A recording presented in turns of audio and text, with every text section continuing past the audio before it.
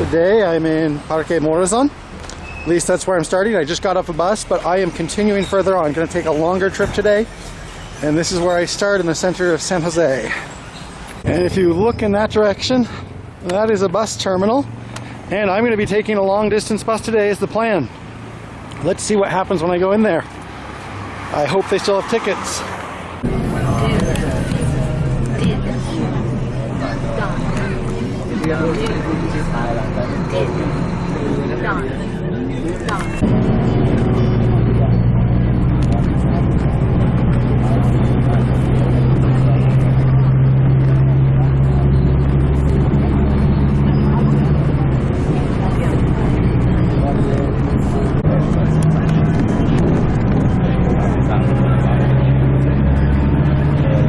Rica que yo quiero ver.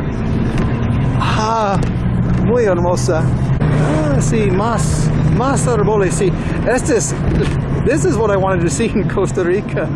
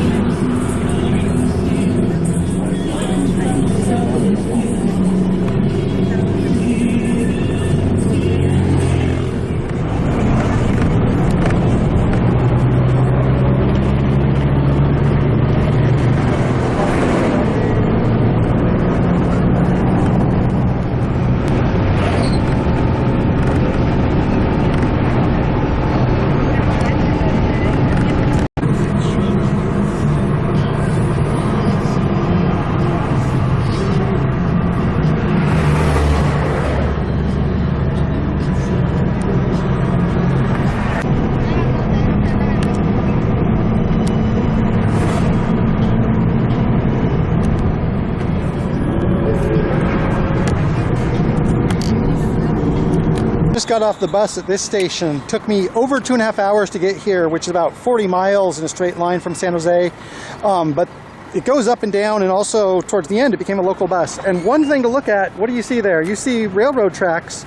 There is no railroad station currently, but I imagine that this bus station might have actually been the railroad station. Maybe I should look in that direction. And I'm also just going to walk around a bit because I'm tired of sitting. Turns out I got turned around and was actually walking back towards the mainland, and I want to walk this way towards the point of the sand point. If Google Maps, when I don't have data, is still accurate with its GPS. Guess we'll find out. And hopefully this does look beautiful, because this does feel beautiful. I mean, it's nice to be here. It's hotter than in San Jose. San Jose is 4,000 feet. We're at sea level, obviously. But there is a nice breeze, and it's a beautiful day. Clear sky, light breeze, just walking along the boardwalk. So that pier, as far as I can guess, is the pier for the ferry that goes over to the other side of the bay here, which is actually still Puntarenas, and then further north is Guanacaste. And I'm not going to do that today, but one of the reasons I'm doing this is to plan for future trips. I wanted my first trip just to be to see the process of taking a long distance bus, but in the future hopefully I can take a ferry. Of course, it's easy to forget for me, but today is December 1st, so we are entering the Christmas season, even though I don't think I'm gonna have a white Christmas here. Most, or maybe even all, of the plants that I see growing on the beach are similar lifestyles and growth patterns, but I'm not familiar with what this vine is, for example. Don't think I've seen this in Oregon. There is kind of a difference here, which is the beach is immediately next to the commercial area. A lot of the beach towns I've shown in Oregon, for example, you have kind of a division between those places. I mean, beach towns in Oregon are usually very touristic, but sometimes there's a physical difference just because the beaches in Oregon are usually down cliffs and stuff. You have to go to them. So I am wondering if I follow this, if there will be like some type of solitary nature place. On the other hand, this is a tourist town in a tourist country, so it might continue like this until the end. I guess we'll find out.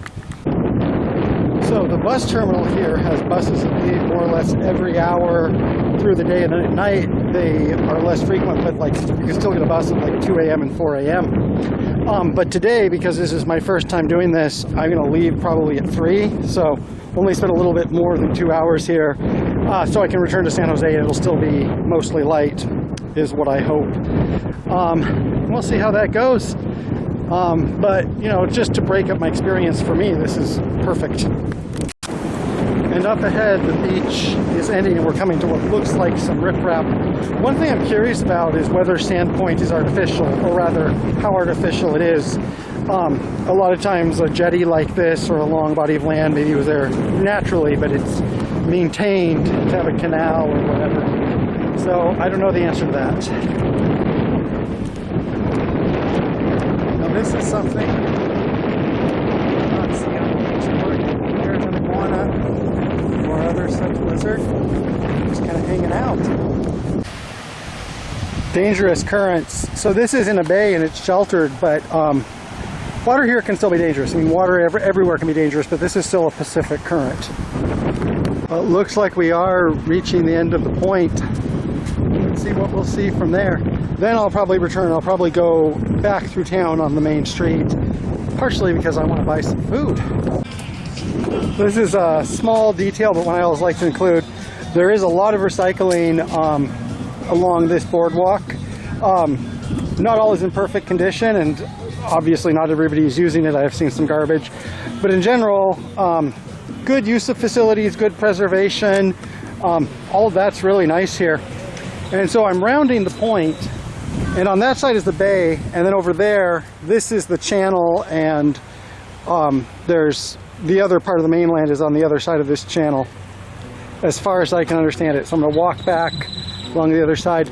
I actually saw this ship pull in, and that is some type of, from what I could tell, I don't think that's a ferry. Maybe that is a ferry. There is cars on it.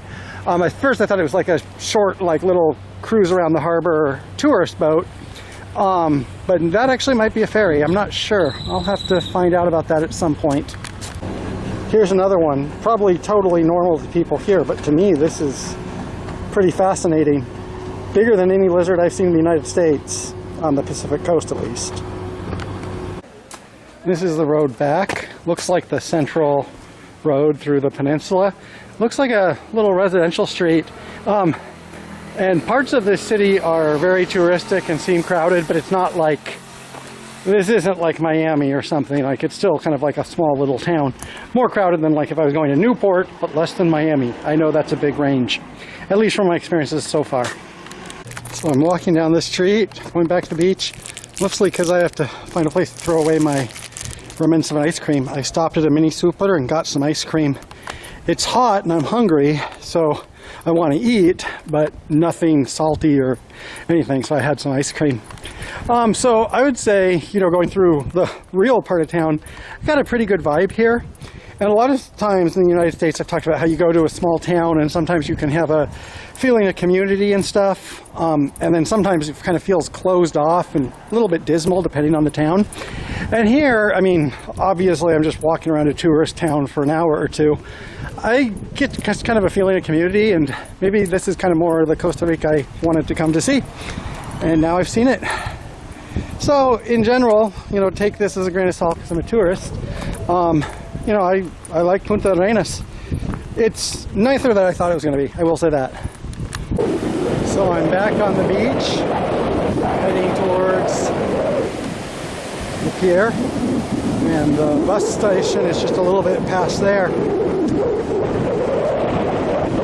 And I've only been here 90 minutes. It's kind of surprising to me because, you know, I'm in a totally different place than I've been for the past 8 weeks, and I feel quite different, but it's really only been 90 minutes. So I can only imagine how much fun I would have if I had like an entire day here.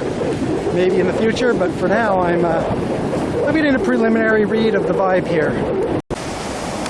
So one thing, lamentably, I showed that there is recycling and trash, a lot of it. There is still a lot of pollution and garbage that seems to wash up on the beach. However, I'm not too hasty to judge that because the way this bay is formed, it might be a place that this is the current's focus, a lot of garbage from everywhere onto the beach. And that is a problem in a lot of places. Type of crane or pelican. And they're flying with their neck out, which means they're not some type of heron, I believe. Can't really tell from that much though. I have seen some birds. Saw an iguana. I think that the location right here is not super ideal for wildlife. I think other places around this peninsula, yes, and I did see like some herons on the way out. Also, of course, turkey vulture, so some things I'm very familiar with. But this is more of a social space, and also the way the current is working, it's not a place like with an estuary or something. Also, I would not be doing that in that water. You know how I feel about water. Also, whatever type of bird these are, they seem to be very accustomed to gliding, which also separates them from herons and egrets, because herons and egrets usually only fly to get from one place to another and then they stab fish. This looks like it's a different strategy, but I don't know a lot about it. So I bought my ticket for the 3 o'clock bus at the bus terminal, same one I came in. That's still in about 45 minutes, so I'm just going to go for a little walk down the sidewalk here, enjoy the ocean, because it's not really often I get to enjoy a nice December walk on the sunny beach. Finally, the price for the bus ticket was a little bit more than 3,000 colones, or a little bit more than $6 or $7, depending on the exchange rate, both ways. So $14 for a trip here, pretty good. Actually very great compared to what transport usually costs in the US, and economies of scales work there because the bus was crowded and they leave every hour full of people back and forth.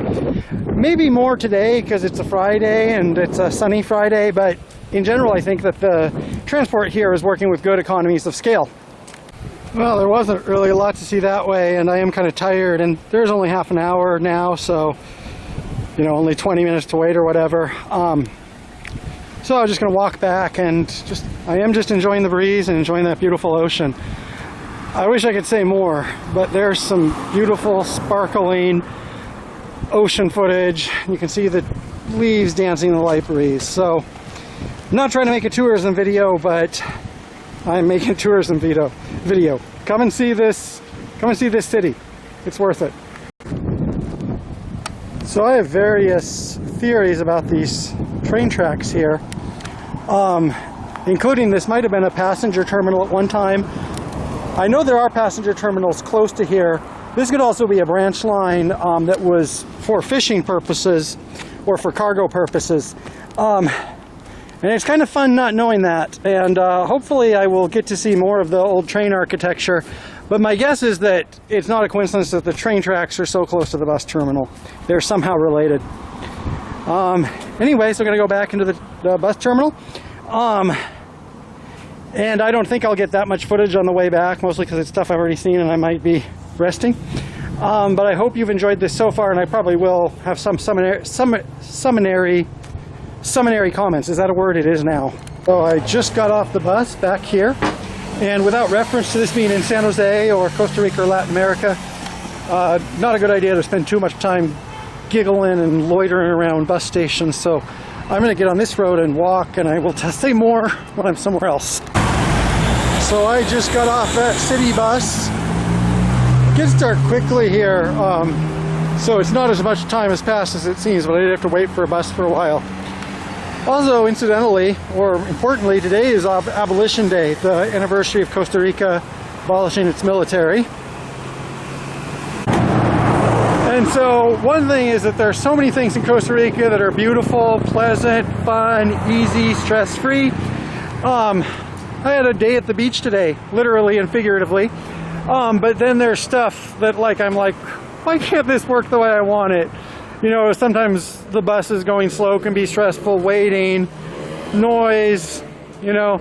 And, you know, I'm not here to calumnize anything. you know, it is what it is, and I just want to show both sides and kind of talk about my experiences, which of course are not the complete and total experiences.